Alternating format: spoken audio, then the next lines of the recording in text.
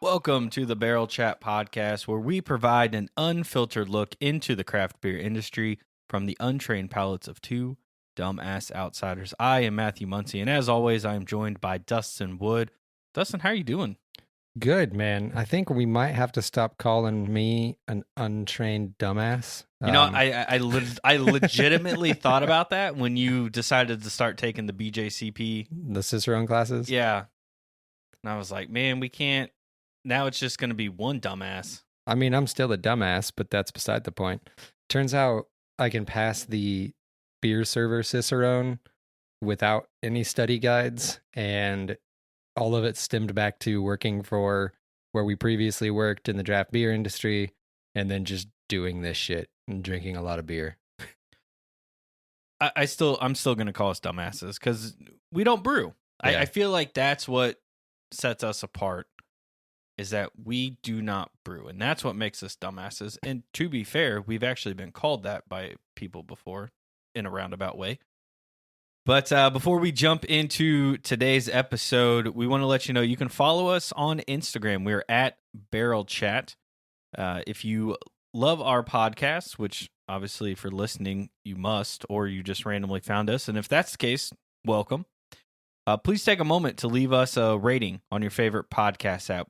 We ask for a 5-star. Obviously, you can give us whatever. That feedback does help us improve, and it helps us reach more listeners. That's the whole algorithm thing. Think of like Facebook, Instagram, stuff like that. What gets put in your algorithm. This would be, if we got a bunch of 5 stars, it may tell other people who are listening to other beer podcasts to come and listen to our show. We'd also love to hear from you. If there's a particular beer that you think we should review, you can send us a DM on Instagram or email us at barrelchatpodcast@gmail.com and let us know.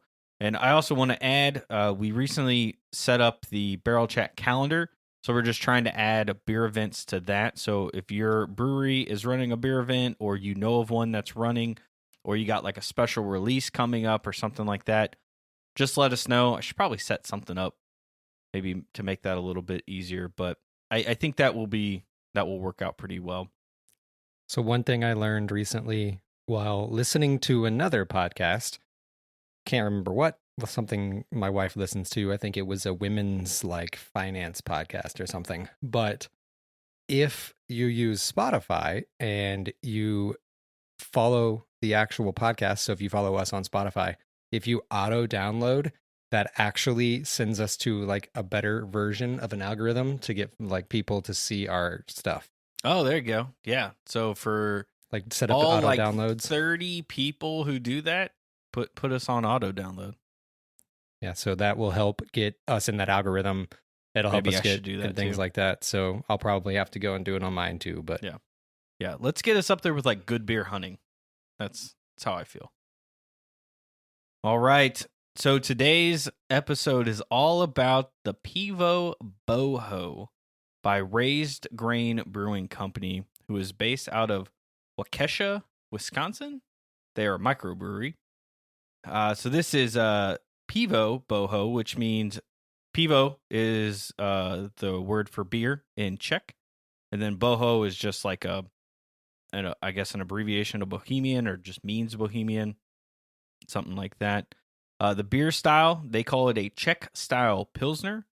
So Bohemian Pilsner is what we have landed on for the BJCP guidelines today. Few beer notes: 5.4% ABV, has a 3.69 on Untapped. It is listed as a traditional Czech-style Pilsner with a clean but complex maltiness and tons of hops without harsh bitterness. Interesting. Wonder if that's a trait of the style, like a heavily hopped version of a Pilsner. I have seen that when I was looking through the BJCP guidelines. I saw that they had it was like a Czech premium pale lager. Rant for a minute. There's too many fucking BJCP guideline things. There's a Bohemian Pilsner. There's a Czech lager. There's a Czech premium, a Czech pale lager. A Czech premium pale lager, which is just a like higher ABV version. And I'm like, what in the ever loving fuck, man? Like, why does it have to be so minute? Like it just feels a bit ridiculous. Because then it's also impossible to figure, like, this is listed as a Czech-style Pilsner. Well, there is technically, in the BJCP guidelines, a Czech Pilsner does not exist. You have to go with the Bohemian Pilsner. At least that's what I went with. Because it's called Boho. I mean. Yeah. Well, just based on all the research I did, this is what everyone referred to it as a Bohemian Pilsner. Sometimes trying to go with the guidelines just sucks. Because there's just so much variation between literally everything. It's just kind of dumb. At least this one will probably actually be close to the guidelines as opposed to some of the more recent ones we've done. That is true. That is very true. It's a very short guideline too, which I'm not mad at. Yeah, I don't. So what's funny is the guideline I found wasn't like technically, I don't know. It wasn't like technically part of like the 2021 guideline. It was kind of like its own little thing, which I don't fully understand, but it is what it is. I don't make the rules, man. I just follow them here. Sometimes we try to break them. So let's start with this can design. What do you got for us? So first thing that jumped to my brain as soon as I got this can from the magical Wisconsin Beer Fairy, thank you, Emily, Matthew. We will tag you in the show as well. But it looks like it's an import beer. Like just the design of the can looks like it's made by like Red Stripe or a brewery that uses that same like layout. I really like this can design, actually. It's a dark green background on the just your standard stick and peel label on a bright can, but it's this like beautiful reflective green with silver stripes that then has a white banner that kind of runs across it. It's got gold, like actually gold leaf. It looks like accenting. Not a huge fan of the font of Pivo Boho, but I think that just makes it kind of unique itself. The P and the B are kind of hard to read, but as far as layout, it's fantastic. It's got raised grain brewing and a circle above it. Tells you exactly what it is. Czech-style Pilsner. It lists, proudly brewed beer, boldly brewed beer in their website and some things like that in all really legible font. Tells you, 5.4% ABV. I would have been drawn to this can at the brewery because it's different. Because I don't think most of the cans in the craft beer world feel like this. It feels expensive and it feels like an imported beer, which makes me interested in it. I like this can. I don't have a whole lot of qualms with it, except for the B covers the company and the logo. That's a little annoying, but overall, high marks on the can design. Aside from the stickers not on there perfectly and it's bubbly, but I think that's just sticker lines. So my first thought is when you say that it looks basically like a foreign label, I feel like it's the green that does that. Yeah. Because I don't feel like we really see this green color here in the States very much on anything beer related. But I pulled up the Pilsner Urquell. I don't know how to pronounce it, but it is the OG Czech Pilsner, the only technically Pilsner in the Czech Republic, and it's a green can and has a very similar look to this, like the placing and everything of the name. It literally looks just like that can. So it's a nod, I think. Yeah, it's definitely a play on that. I do notice now that the B covers up company. That seems kind of weird. Yeah, it seems like a bad design choice. Yeah, it's like maybe just raise it up a little bit. I don't know. Like I get what they're going for, but at the same time, it seems weird to do that. The Pivo Boho, that feels like it's pretty much close to the Pilsner Urquell logo. Similar fonts ish, so I kind of get that. But I do. It's a fun can. It does make you think it's something outside. So this would be interesting because it would, in a lot of places, it would be put in like the craft beer section, but it's going to look like an it's import. out. Yeah, an import and not in the import. So you're going to probably go look at it and at least see what it is. So what I think, what like comes to mind, is if you were to take it and change the green to red, it looks like it could be like a Miller High Life or a Coors Banquet can. Yeah. Yeah, no, you're Because it's not got that wrong. golds and the whites and the... Yeah, and I mean, I do think it would pop, and I do think like maybe some craft beer drinkers would probably at least pick it up to see what it is. It looks like a shifty, if that makes sense. So for those in the industry, it looks like something you would drink on your after bartending. Oh, yeah. Yeah, I like the gold. I like the white, I guess stripe that goes through it. I don't know what else you'd call that, but the placement of everything, it tells you exactly what it is. It's all front and center. So when this is sitting on a shelf, you don't have to like necessarily pick it up to really figure out what it is. I like that. It is kind of bland, based on what most people think of a beer label and like what they're picking up, because it's like, oh, this beer label's interesting. Like, you're not going to pick it up because it's interesting. You're going to pick it up because it kind of speaks to you in a way. Does it not match the style, however? Like, it just feels like a design for a Pilsner. Yeah. And I think it goes back to the Czech one. Like, we know what that looks like. And it goes back to like the green bottle type of aspect, the things that we don't have here in the States. Like, nobody puts shit in a green bottle. But that comes in a green bottle with the white label, and yeah, it all just kind of matches that. I think it works. It's not anything crazy. It's not gonna necessarily super stand out like you do with some of the ridiculous labels that we see. Yeah, it's also not childlike like some of the labels that we've seen. So it looks really professionally done, crisp design by somebody who had an intention. Yeah. Who started with an intention and went, okay, this is my end goal, and here's how we get there. As I'm sitting here looking at this, the font on the back gets just too close to the white line. It's just so close to that white line. That doesn't bother me. But the thing is, they could have literally put that drink on the next line, and it would have changed all that. It would have made everything line up because there's a giant gap below drink. It would have made things more like equal. Oh, interesting. Okay. But that's just the like typography nerd coming out. But as far as like overall appeal, I think the designer hit the nail on the head here. Yeah. I think it works beautifully. It's a beautiful can. Like, that's what it is. It is a beautiful can. Like, this is one that you could put on a shelf, like if you're a can collector, and it's just like, this is just exquisite. It's not ridiculous. It's exquisite. And yeah, I like that. So yeah, I think they did a pretty good job on that can design. All right, let's jump into the guideline now.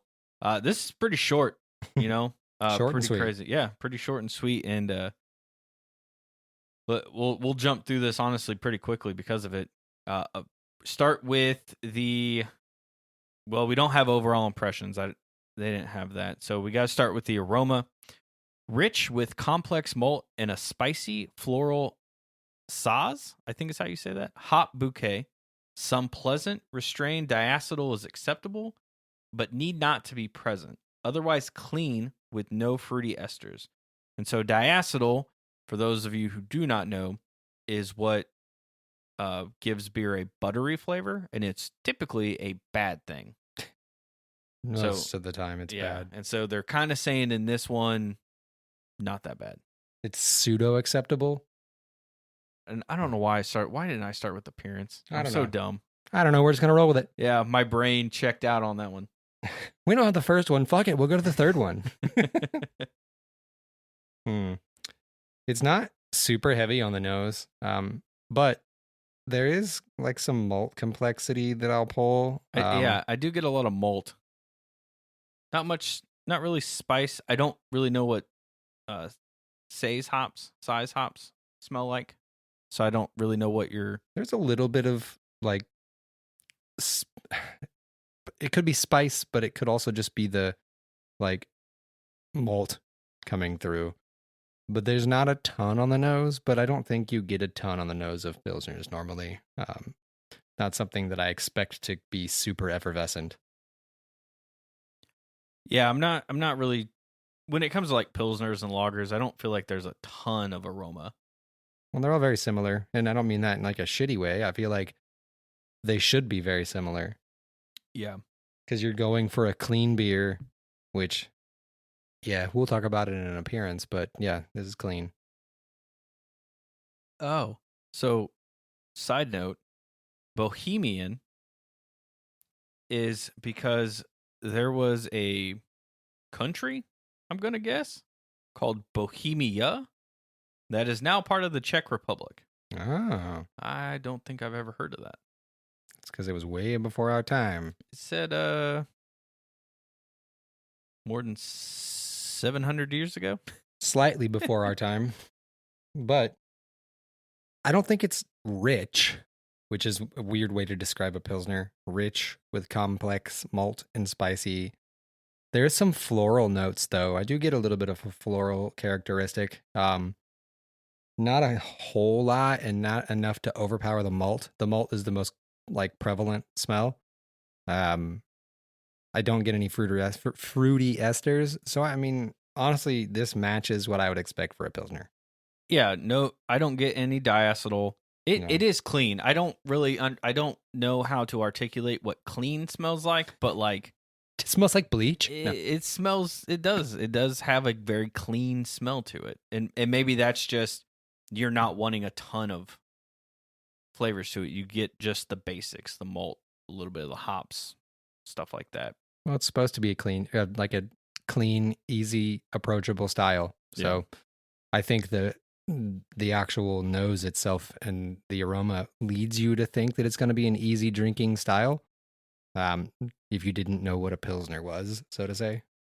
Yeah, I feel like if you gave this to your parents, they wouldn't like turn away from it. No, they would. It smells like a Miller Lite. Yeah. Like, not shitting on either beer, but it smells like Miller Lite. It just doesn't have like all these complex aroma and it looks like beer. Yeah.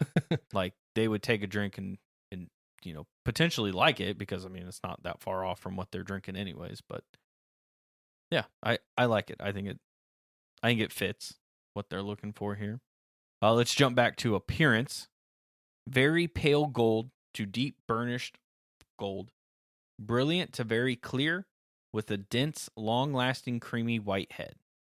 When I poured this beer originally, it was a beautiful pour with like a super thick, almost 1-inch head on it. It's kind of died down a lot and it's not super creamy. So it doesn't really hit that note, so to say. It's more like bubbles from like a champagne, or if you got like a glass that you're soaking with dish soap, it feels like dish soap bubbles on the top of it in like water and dish soap. So, I mean, I don't think it hits creamy, but it is definitely a light gold color and it is crystal clear. Like, I mean, a beautiful color, no floats, no haze. It's spot on beautiful. Yeah, I like it. It's very pale gold. It's very clean. It poured beautifully. It did. And then, like you said, it kind of dissipated pretty quickly. But I guess I've never really seen lagers and Pilsners that have a head that like a creamy head? Yeah. That'd be interesting. I don't think Cosmetics had a creamy head. So I don't remember it having one either.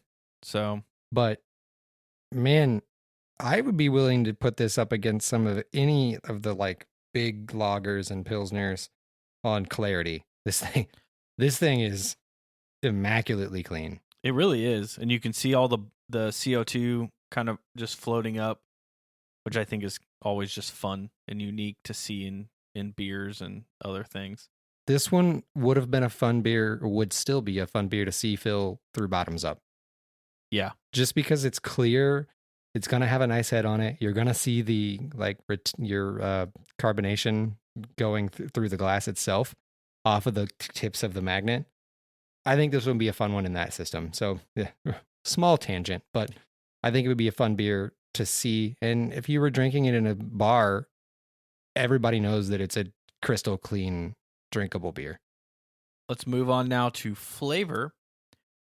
Complex maltiness with soft bitterness and spicy size hop flavor. No harsh bitterness with a balanced aftertaste between malt and hops. Clean profile without fruity esters. Acceptable diacetyl presence. Again, diacetyl is that buttery flavor that we all know and love. Love is a loose term. Especially when you're drinking beers that are supposed to taste like coffee. Yep. It's good stuff. I'd say go back and listen to the episode, but turns out we didn't release it. No, we did not. No, we did not. It's a soft beer for sure. As far as flavor goes, it's very subtle, but there is quite a bit of maltiness in it. A little bready, a little bit of floral notes. And then it does have more spice on the flavor profile than it did in the actual aroma. Yeah, I do feel like the taste is a bit different than the aroma. I definitely get the spiciness on the back end a little bit more. The hops come out nice at the back end too. It's not hoppy, but you can tell that there's malt and hop on the back end. I do get maltiness, and I do appreciate. I love a good malty beer. I don't detect any diacetyl in here, and I have a pretty distinguished palate when it comes to diacetyl. I can pick it up in most things. I don't like that I can pick it up in most things, but I can, for the better or worst, I suppose. I don't get any kind of buttery flavor in this at all. It's very clean. Yeah, it's a Pilsner, you know. No, I mean it tastes like I would want a Pilsner to taste. It's definitely not an Italian Pilsner because it's not as sweet. Yeah. As the Italian Pilsner was. So it's more of your traditional Pilsner that has almost like a corn characteristic to it. It's very corn colored as well. But yeah, I think it's good. I think it's a super drinkable beer. This is one I could take a 4-pack on to, a river float or something and feel like I'm not going to get smashed. Yeah. Last thing here is mouthfeel. Medium bodied, although diacetyl, if present, may make it seem medium full with medium carbonation. That's a short and sweet one. I definitely feel medium bodied. I feel like it hits that mark pretty well because you can when you drink it, you can feel it, and you can feel this is one that's going to sit on your stomach too. Yeah, a 4-pack is going to be a bit rough at 16-ounce cans. There is quite a bit of carbonation, which is what it's supposed to be, but it's held the carbonation in there too. So these were poured 25, 30 minutes ago now, and they have held that carbonation within it. So yeah, like I can still see the bubbles, coming from the bottom to the top. So you can definitely tell there's a good amount in here. Doesn't taste flat. No. And I would kind of know because I've had a couple flat beers over the last couple weeks. That was that carbonation shortage, right? When we were short on shit that the environment produces. Yeah, that we naturally produce. Like, how do we run out of that? But yeah, so I don't get that. I think it matches the mouthfeel pretty well for what a Bohemian Pilsner is supposed to hit. I think it hits every note so far. That we're going to have because that's the end of the thing. But I think it hits every note. It's palatable. The can design's fantastic for what it is. If you were to give this to your grandpa, he'd probably enjoy it. Yeah. If you were to give this to a craft beer drinker, it's a crispy, so they would probably enjoy it too. Well, now we're going to move on to our top 50 list. So, womp womp. We did decide to finally change this. And this actually happened because of Spotted Cow. Because it just didn't make any sense. Once you start thinking about it and how the tier list is actively set up, we were just using it incorrectly. And I knew that from the beginning, but I still thought we might be able to preserve this. But I think just moving to a top 50 list is better overall, because then you don't have to explain the letter grades. And again, as things start moving around, over the next year or two, when you have a beer that is actually like a B sitting in D, it's really hard to explain that. And that's not really fair to the brewery either. So moving to a top 50. So quick recap of what we have right now.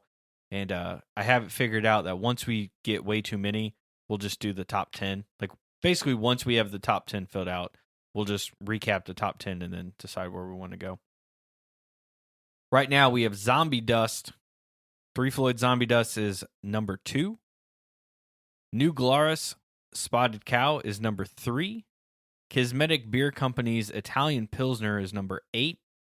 Moontown Brewing Company's Cecil New England IPA is number 9. Then we have Taxman Brewing Gold Standard at 15. And that's it.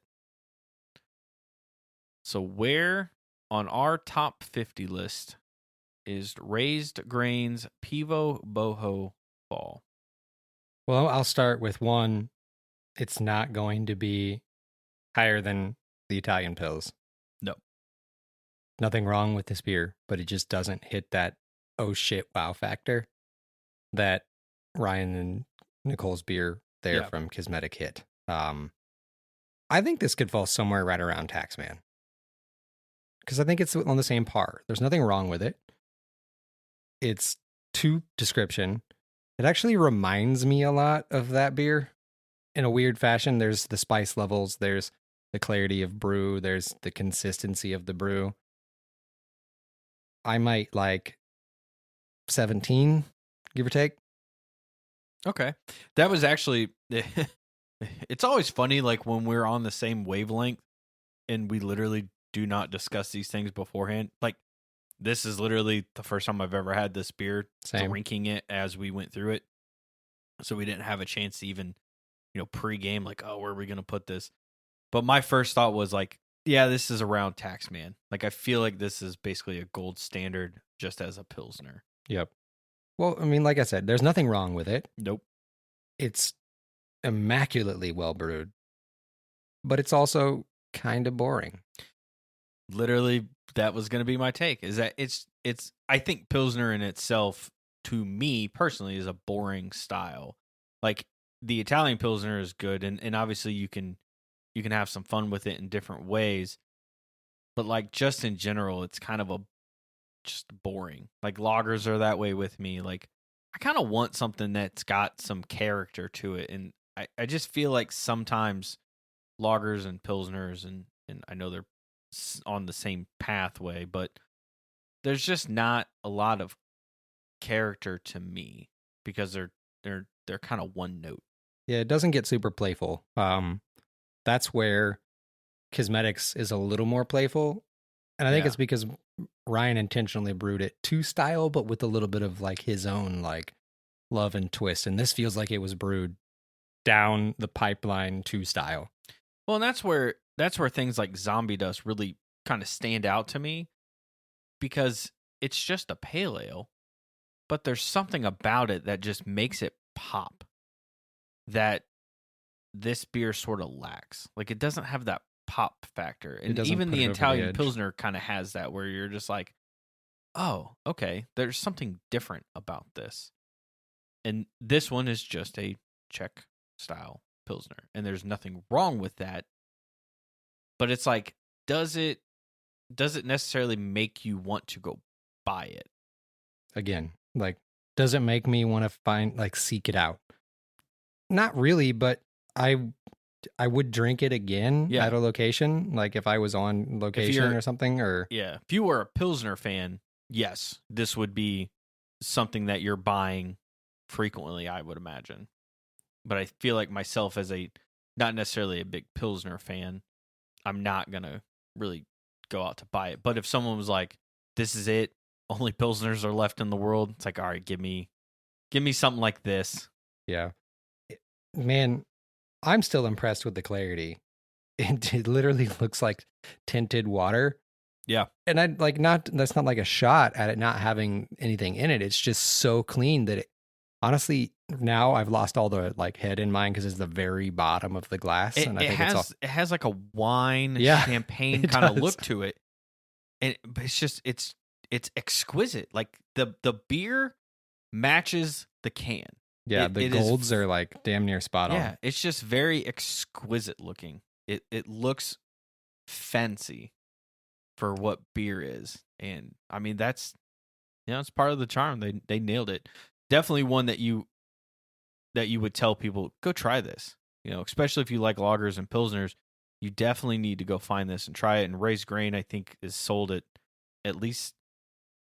Oh no, maybe it's not sold here. I don't know. I feel like I saw it at Total Wine, but I always get them and Against the Grain confused. Against the Grain is sold there at Total Wine. Yep, but I know Against the Grain's also sold at like Meijer and Kroger and stuff like that. This, I mean, if you like pilsners and if it's if you're a crispy boy, if you're in Wisconsin, go check it out. I can only imagine that their lagers are good too. If this pilsner is this clean, you can't create such a clean, well-brewed pilsner without being able to produce some other lager style beers. So like some of their dark Czech lagers and stuff like that will probably be pretty solid too. And I just realized we never agreed upon anything, but you said 17. I'm okay with 17. 17 sounds good because it's not that far off from Gold Standard, but I feel like Gold Standard's got a little bit more character to it. Yeah, because I mean, you don't get a whole lot of Belgian style beers in the U.S. Let me rephrase that. In Indiana, we don't get a whole lot of Belgian style beers. And Taxman's just Belgian style. So, well, I did see an American style. I wonder if they still use their Belgian yeast strain, though. Yeah, I didn't buy it, but I saw it when I was at Total Wine. They had American style beer. Then I was like, interesting. What the buck, Sean? All right, so we're gonna stick the Pivo Boho from Raised Grain at number 17 on our top 50 list. If you're a listener that plans to listen to future episodes, we will be doing one of their anniversary style beers sometime soon. That's right. They did a 7-year anniversary imperial stout of some sort. I feel like basically every other episode is just going to be an imperial stout. Well, that's the special beers. That's what people release. It's that or sours for the most part. And I mean, to be fair, we are called Barrel Chat. Yeah. So it's like barrel beers, baby. It's to be expected. Yeah, and everybody just barrels some kind of stout. So because I've got 2 sitting at home waiting to be on this show. I have a few more too. So be prepared for them. Every other week is basically just going to be big ass stouts. Love it. Love it. All right, folks. Well, that's going to do it for today's show. So we will see you all next week with an Imperial Pastry Stout. Cheers. Cheers.